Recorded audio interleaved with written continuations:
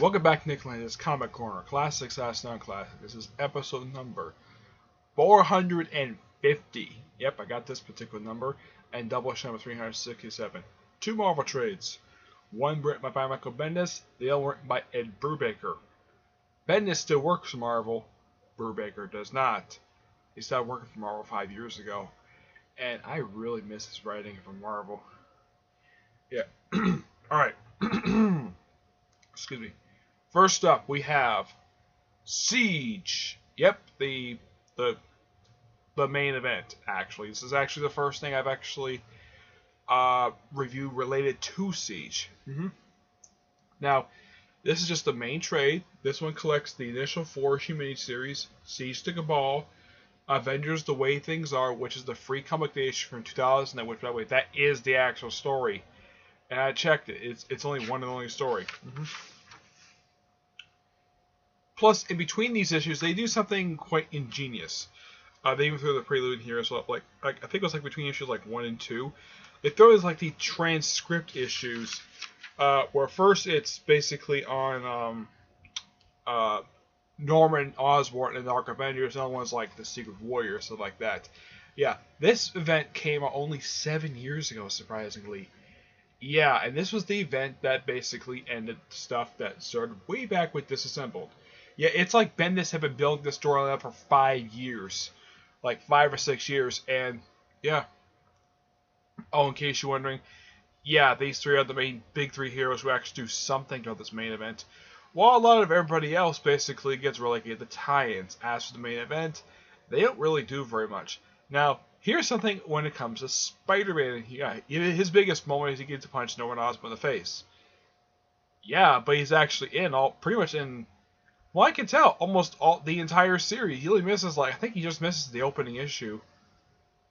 Yeah, I think he just missed the opening issue, but he's in pretty much he's actually in a good chunk of this main series, and he's in a few of the tie-ins. Unlike Secret Empire, where he's in one tie-in, and he's in like 2 issues of a 10-issue maxi series, and he only appears for a few pages. Here, he's here for a good period of time, even though he doesn't do very much. At least he's here, he makes physical appearance, he does stuff, even though some of the stuff is regular to tie-ins, but he's here in the main series, unlike in Secret Empire, where he's absent throughout most of the entire event for no reason at all. Yeah. But this came out 7 years ago. One thing this event did do is that it killed off 2 characters. One, of course, came back not long after this. One, of course, was the character Sentry, who had been created prior to, I looked it up, basically, he had been around in the Marvel Universe, well, basically, he had been created back in the year 2000, and then Bendis pretty much made him sort of like this big character. Now, my guess is the reason why Bendis killed him off, and that's just my personal theory, is because, not just because people didn't like him very much, probably because the critical reception, basically, of his push to be one of Marvel's next big superheroes probably didn't work out too well, and plus also the fact that this guy was in 3 different Avengers books, and the fact he also had a mini-series while with the Avengers, several one-shots, he guest starred in some books, so a lot of time he didn't do much of anything at all. And Marvel tried so hard to push Sentry, and my guess is that Bendis probably kind of wanted to do something with him. He probably did all he wanted to do with the character. He probably had to ask permission to kill him off, because I don't think it was his decision to push the Sentry. I don't know if it really was or not. I don't know. I've never asked him that. But yeah, he gets killed off. Though essentially before he gets killed off, he kills off 2 gods. First, he kills Ares in gory fashion by ripping him from his head down to his groin. Ouch. Yeah, and his guts spill over the place. I'm like, seriously?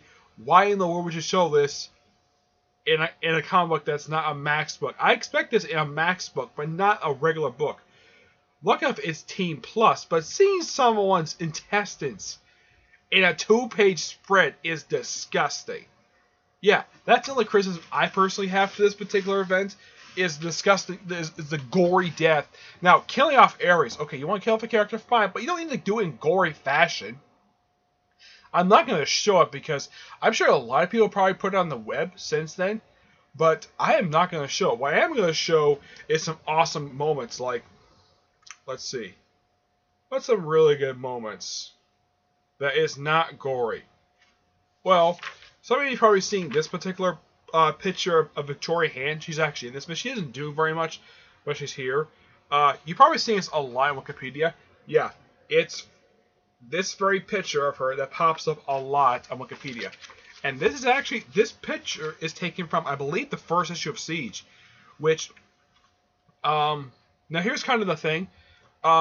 Basically, Bendis is doing something that Mark Millar did just 4 years prior. Basically, doing a big event to spark a reason for this actual thing. During the case of Civil War, it was a supervillain named Nitro who basically blew up most of Stanford, killing 600 people, including 62 school children, along with most New Warriors, except for Speedball.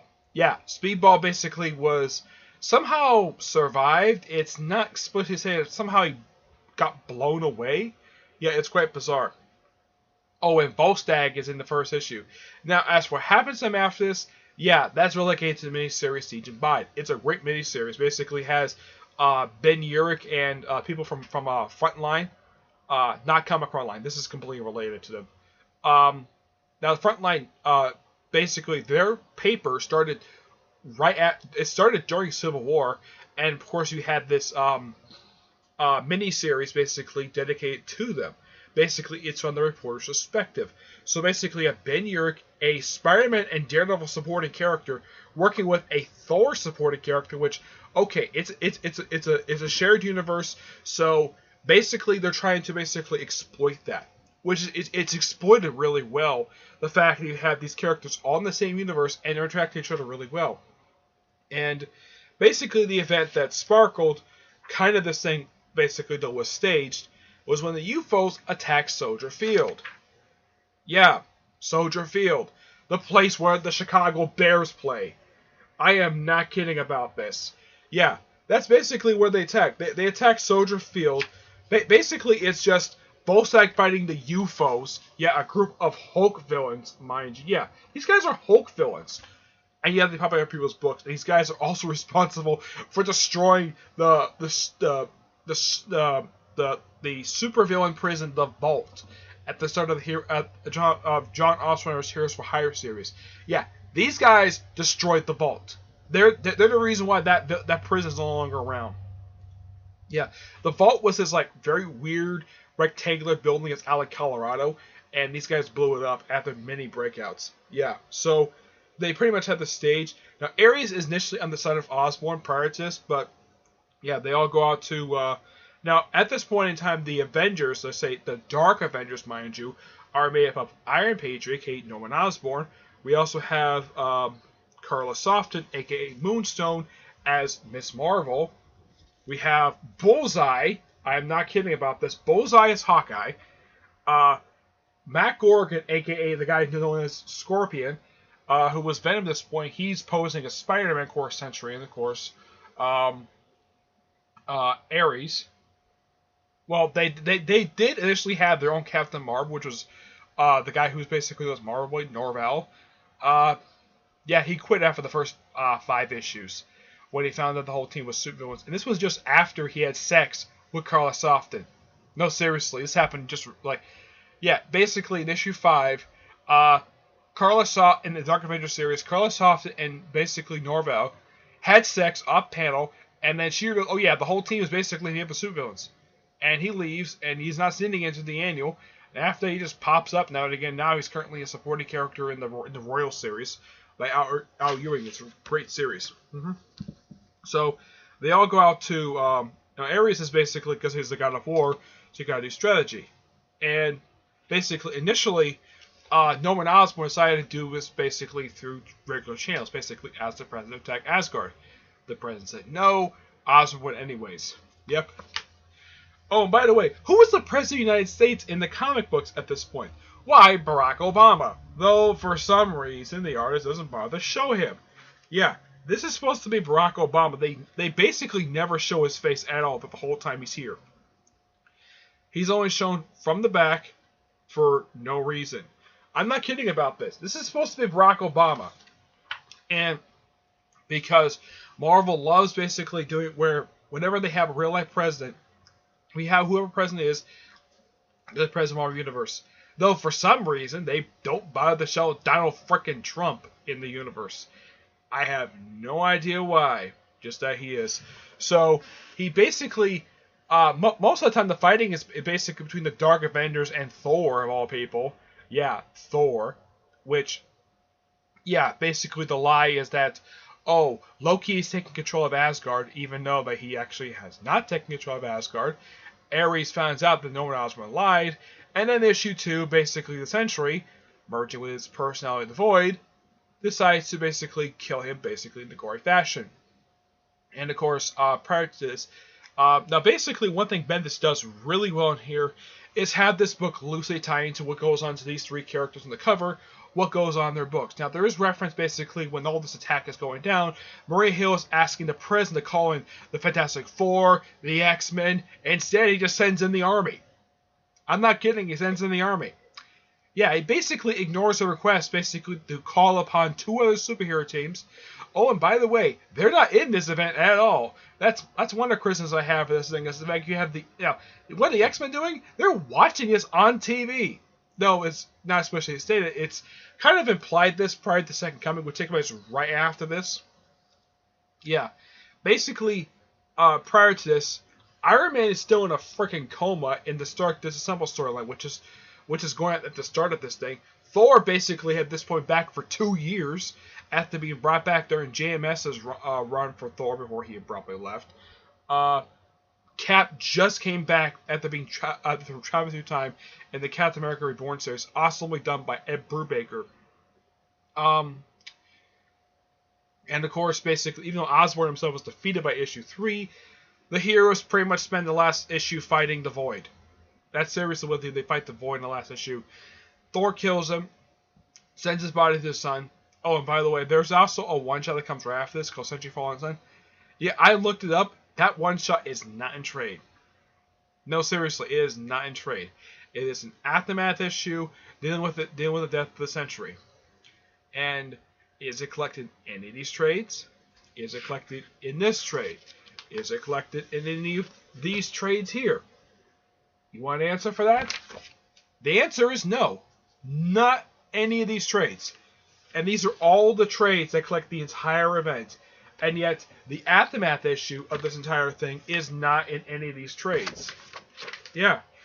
None of them. Absolutely none of them. Yep. That's simply what happens. Yeah. Basically, this is Avengers-centric event. Now, is Wolverine part of this event? As far as I can tell, I know his son is. As of Wolverine himself, no. Yeah.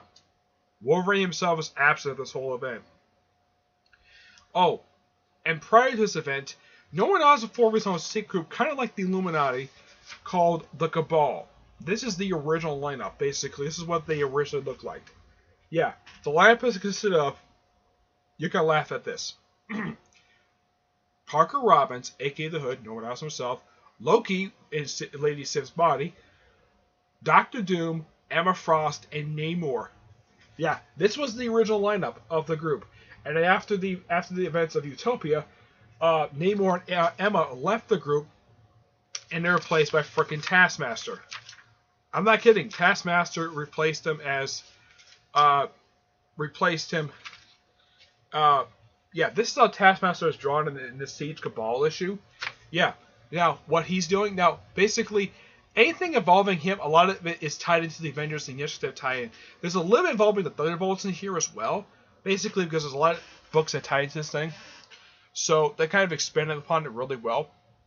Now, this is a Marvel event done right. Yeah, basically the tie-in events basically expand upon what goes on in the main event. And here's kind of the interesting thing.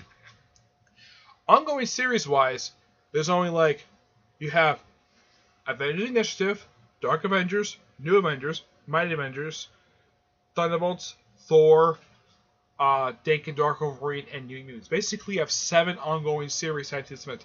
Though in the case of the last 2, it's only for like 1 or 2 issues. For Dark Avengers, New Avengers, for Dark Avengers and Mighty Avengers and Avengers Initiative, it's the last 4 issues of those respective series. Well, New Avengers basically was relaunched after this one. Dark Avengers ended. That was brought back at least about a year later, as when they renumbered Thunderbolts to Dark Avengers. Thunderbolts tied this for a few issues. Thor tied this for a few issues. But Mighty Avengers basically ended with this particular event, along with Dark Avengers. Mighty Avengers brought back 3 years later under Al Ewing. Different lineup, different team. Yeah. The Battlefield, in case you wonder what this is right here, Battlefield is a trade that collects the one-shots. Yeah, there's a bunch of one-shots they did for this whole thing, which is nice. They did that. So you had just a few minis, a few ongoing series tie into this, and like an event should, the tie-in is supposed to expand upon the main event. It doesn't contradict what happens in here. Civil War 1 basically had to kind of have this problem anyways. But this event is really good, despite the gory death of Ares, and of course also Loki dies in this issue, though he comes back barely a year later. I'm not kidding, he comes back. He wasn't dead very long before they brought him back. But Ares, yeah, he stays dead. As far as I know, he's been dead at this point for 7 years. There's no plan to bring this character back at all. But after this event ended, we had the Heroic Age, which started a thing that lasted for about 2 years before the Marvel Now Initiative. Basically, where you have the Avengers series come back, New Avengers getting launched #1, Dark Avengers and Mighty Avengers get replaced with Secret Avengers. Initiative is replaced with Avengers Academy, and that's it. New Avengers and Avengers are written by Brubaker. Secret Avengers, actually not Brubaker, Bendis. Brubaker does Secret Avengers, and Initiative is done by Crystal's Gage. Awesome comic books. There's also a miniseries that's supposed to take place right after this one, but there's some continuity errors in the book. It's called Avengers Prime. This will take place prior to Avengers #1. But yeah, great event. I give this 9 out of 10, despite the gory issue #2. Okay. And this is one of the books, this right here, Steve Rogers, Super Soldier. This is actually one of the books that was launched with Heroic Age. This is just a 4-issue miniseries. And yes, I do know about the special. I have reviewed the special already when I talked about the trade that basically escaped the negative zone.